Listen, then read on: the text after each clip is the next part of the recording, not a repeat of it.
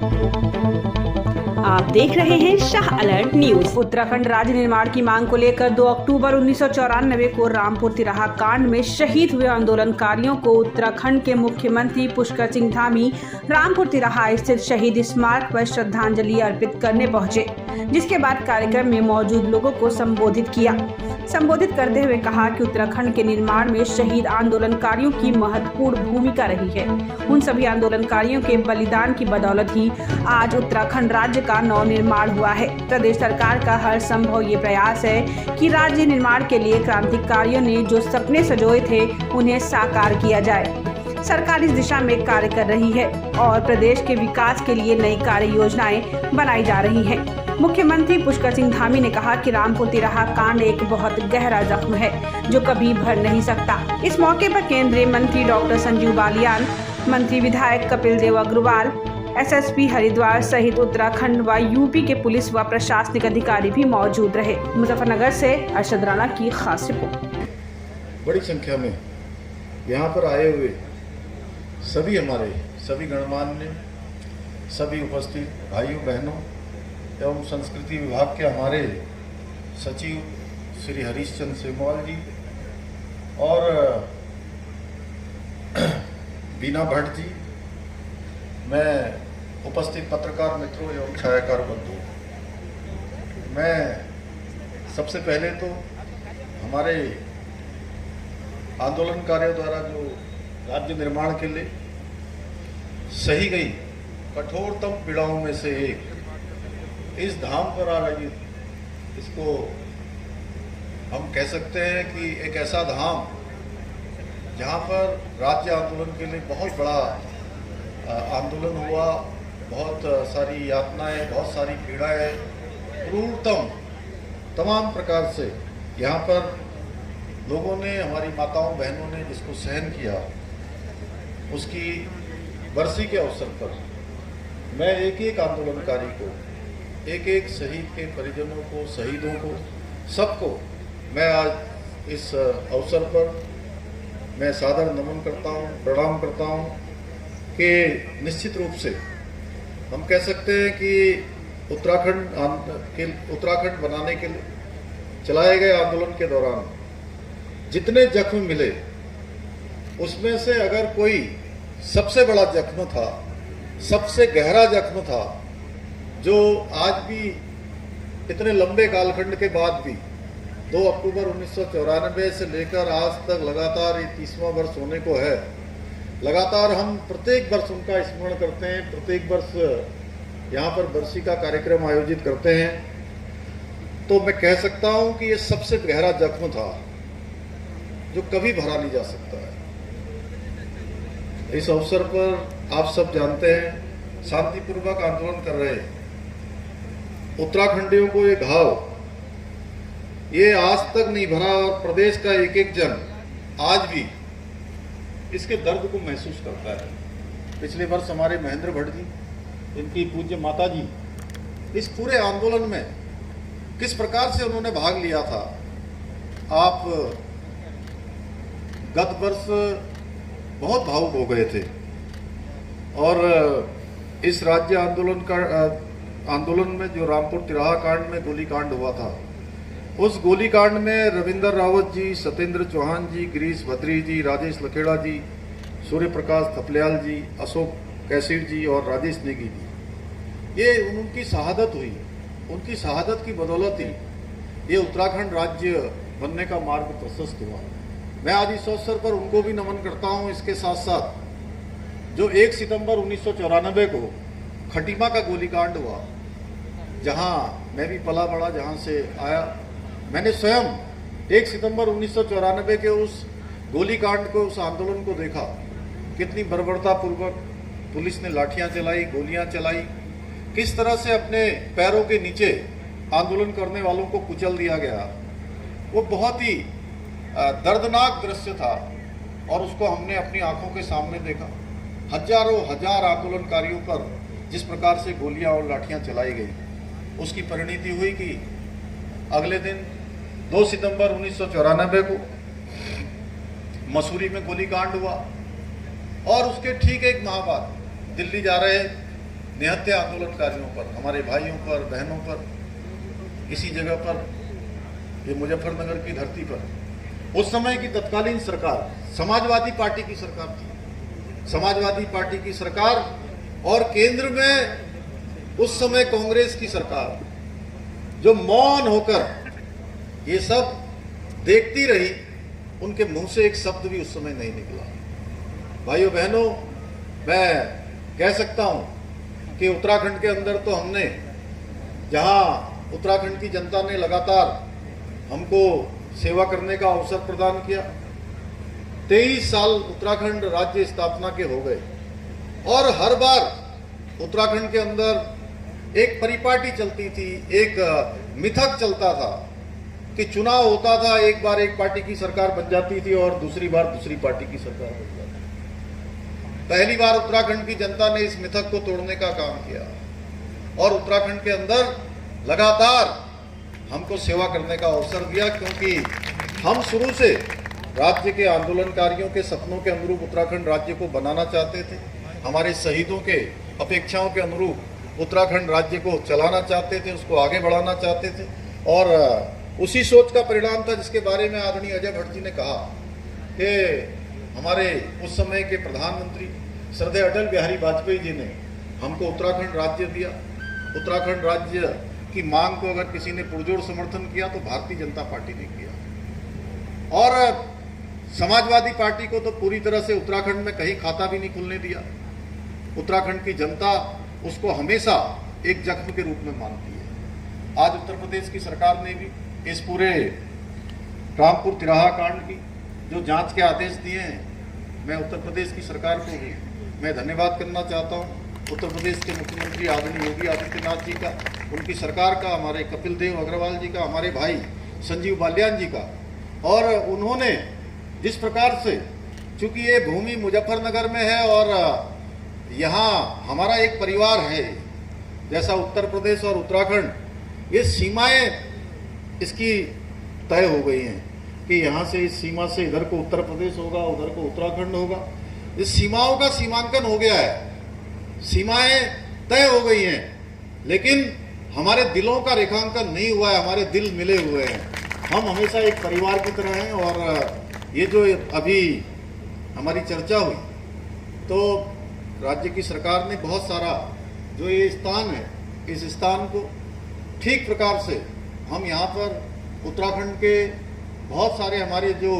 मूल संस्कृति से जुड़े हुए बहुत सारे उत्पाद हैं, उनका एक केंद्र हम यहाँ पर बनाएंगे, आज हमने तय किया है। इसके साथ साथ ये जो बरसी का जो कार्यक्रम है, क्योंकि आज ही के दिन पूज्य महात्मा गांधी जी का भी जन्मदिन होता है, उनकी भी जयंती होती है। स्वर्गीय लाल बहादुर शास्त्री जिन्होंने जय जवान और जय किसान का उद्घोष किया था, देश के अंदर किसानों को संपन्न बनाने की दिशा में एक बड़ा काम उन्होंने किया था। तो निश्चित रूप से इस दिन को एक और भव्य तरीके से और जो है श्रद्धांजलि हमारी एक बड़े रूप में यहाँ पर मनाई जाए, उसके लिए हमारे भाई संजीव बालियान जी ने अभी यहाँ पर कुछ योजना बनाई है और निश्चित रूप से चूंकि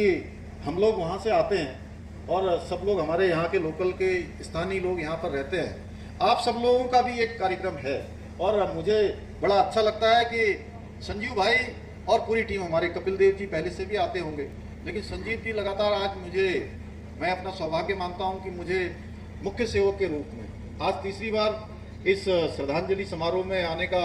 सौभाग्य प्राप्त हुआ। उन अमर शहीदों को मैं श्रद्धांजलि दे रहा हूं जिन्होंने हंसते हंसते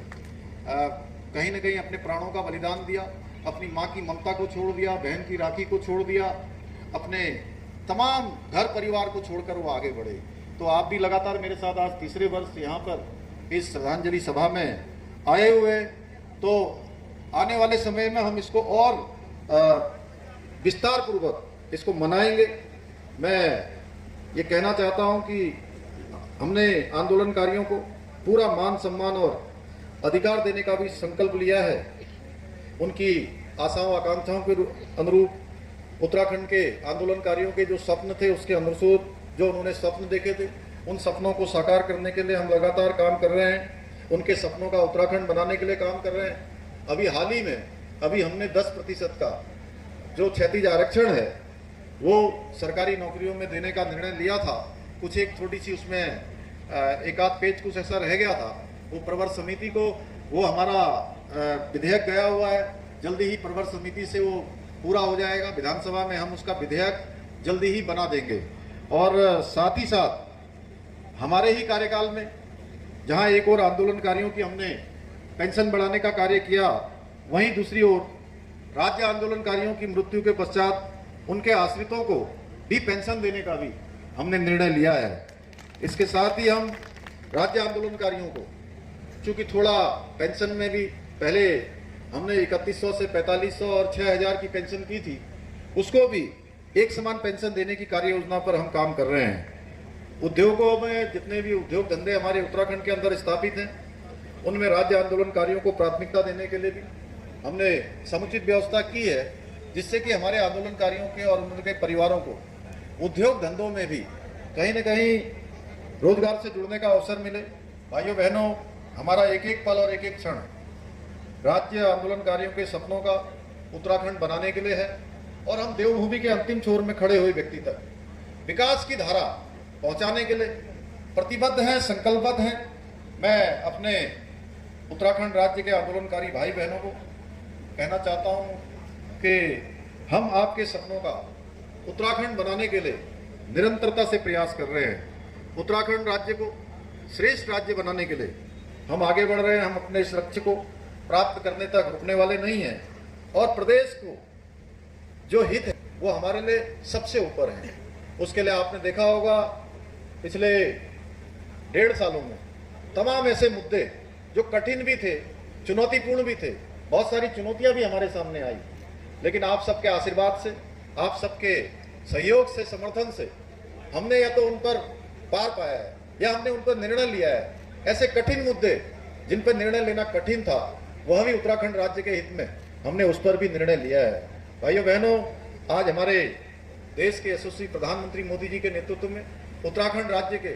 सर्वांगीण विकास के लिए हम लगातार काम कर रहे हैं। आज हमारे सभी धामों का विकास हो रहा है। जिस प्रकार से केदारखंड में आज सभी हमारे, चाहे आज केदारनाथ जी का, बद्रीनाथ जी का पुनर्निर्माण का काम हो, नवनिर्माण का काम हो, मास्टर प्लान बद्रीनाथ का हो, हेमकुंड साहब जाने के लिए रोपवे का शिलान्यास हो, या केदारनाथ जी का गौरीकुंड से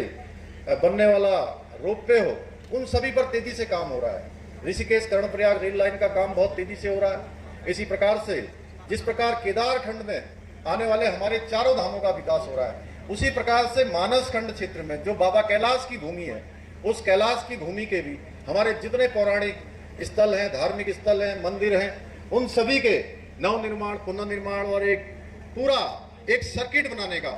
काम हमने एक संकल्प लेकर उसको भी आगे बढ़ाने का सिलसिला हमने प्रारंभ किया है। जो कहीं न कहीं मानसखंड मंदिर माला मिशन के तहत हम उस काम को ले रहे हैं, जिसमें आने वाले समय में आप सब लोग जिस प्रकार से 4 धामों की यात्रा करते हैं, आज 4 धामों तक आप कहीं पैदल और कहीं सड़क के माध्यम से जाते हैं, उसी प्रकार से आने वाले समय में आप सब लोग कैलाश दर्शन करने के लिए भी सड़क मार्ग से ही उत्तराखंड होते हुए वहां तक भी जाएंगे। उसमें भी हमारा तेजी से काम हो रहा है। ऐसे अनेकों काम हो रहे हैं। अभी मैं पिछले दिनों इंग्लैंड गया था और वहां पर जाने के बाद जिस प्रकार से मैंने देखा कि भारत के अंदर हमारे प्रधानमंत्री आदरणीय मोदी जी के नेतृत्व में G20 का जो यह आयोजन हुआ, और G20 का आयोजन इसलिए महत्वपूर्ण है कि पूरे दुनिया के लोगों ने भारत के शक्ति को, सामर्थ्य को, संस्कृति को देश के कोने कोने में जाकर देखा। और उत्तर प्रदेश के अंदर भी बहुत सारे स्थानों पर G20 के कार्यक्रम हुए, भारत के दूसरे राज्यों में भी हुए, और उत्तराखंड जैसे छोटे राज्य में भी, वहां भी 1 नहीं 2 नहीं बल्कि 3-3 स्थानों पर G20 की समिट हुई। और हमको भी कहीं न कहीं उत्तराखंड राज्य को पूरे देश दुनिया के लोगों ने जाना, भारत की हर छोटे छोटे स्थान को जाना। और इंग्लैंड में मैं जब वहां के पर्यटन मंत्री से मिला तो उन्होंने मुझे कहा कि अब भारत और दुनिया के जो डेवलप्ड कंट्री हैं उनके बीच का जो गैप है, जो एक बड़ी दूरी थी, इस दूरी को पाटने का काम भारत की सरकार ने पिछले 9 वर्षों में मोदी जी के नेतृत्व में बहुत तेजी से किया है। तो सीना गर्व से चौड़ा हो जाता है जब हम विदेशों में जाकर हमारे प्रधानमंत्री जी की प्रशंसा सुनते हैं, हमारे देश की बढ़ती हुई साख की बात होती है, देश के प्रति जो श्रद्धा और सम्मान है पूरी दुनिया का तेजी से बढ़ा है। चाहे वो G20 का आयोजन हो या कोरोना महामारी के दौरान जिस प्रकार से हमारे देश की सरकार ने, भारत की सरकार ने जो आज वसुधैव कुटुंबकम का एक घोष वाक्य पूरी दुनिया के अंदर गूंज रहा है कि पूरी दुनिया हमारा परिवार है, मानते हुए जिस प्रकार से महामारी में वैक्सीन देने का काम पूरी दुनिया को किया गया, जब लोग अपने अपने देश की चिंता कर रहे थे, अपनी अपनी चिंता कर रहे थे, ऐसे समय में भी भारत ने दुनिया के 100 से ज्यादा देशों को वैक्सीन देकर भारत का वो जो संस्कृति है, भारत की जो एक परंपरा है कि दूसरे का भी हित देखना भारत की संस्कृति में प्राथमिकता है, वो भारत की सरकार ने उसको साकार रूप से धरातल पर लाने का काम किया, दुनिया के देशों को दिखाने का काम किया। उसके कारण से आज पूरी दुनिया के अंदर हमारा सम्मान बढ़ा है, लोगों का हमारे प्रति विश्वास बढ़ा है, श्रद्धा बढ़ी है। हमारी नीतियों ने केंद्र में है, राज्य का सर्वांगीण विकास हमारी प्राथमिकता है और आदरणीय प्रधानमंत्री मोदी जी के नेतृत्व में उत्तराखंड राज्य तेजी से आगे बढ़ रहा है। वैसे तो पूरा भारत ही आगे बढ़ रहा है, पूरे भारत का हर जिला आगे बढ़ रहा है, हर जिले में अनेक प्रकार की योजनाएं बन रही हैं, कई मेडिकल कॉलेज खुल रहे हैं, अच्छी रोडें बन रही हैं, बड़े बड़े हाईवे बन रहे हैं, जो काम कभी नहीं हुए, ITI IIM दुनिया भर के जो इंस्टीट्यूशन है वो खुल रहे हैं तेजी से। रेल के क्षेत्र में काम हो रहा है, हवाई सेवाओं के क्षेत्र में काम हो रहा है। वहीं उत्तराखंड राज्य में भी सुदूरवर्ती क्षेत्रों में चाहे वाइब्रेंट ब्लेंड की योजना हो या अन्य योजनाएं, उन योजनाओं के माध्यम से आगे बढ़ाने के लिए उत्तराखंड में काम हो रहा है। मैं आज के अवसर पर आप सभी का बहुत धन्यवाद करते हुए अपने शहीद आंदोलनकारियों को श्रद्धा सुमन अर्पित करते हुए, उनके परिजनों को भी स्मरण करते हुए एक बार पुनः मैं हृदय जल से अपनी श्रद्धांजलि अर्पित करता हूं और ये प्रण लेता हूं कि हम उनके द्वारा दिखाए हुए जो उनका मार्ग है, जो रास्ता है, उनके द्वारा जो स्थापित आदर्श हैं, उनको अपना आधार बनाकर उत्तराखंड का विकास सुनिश्चित करेंगे। बहुत बहुत धन्यवाद।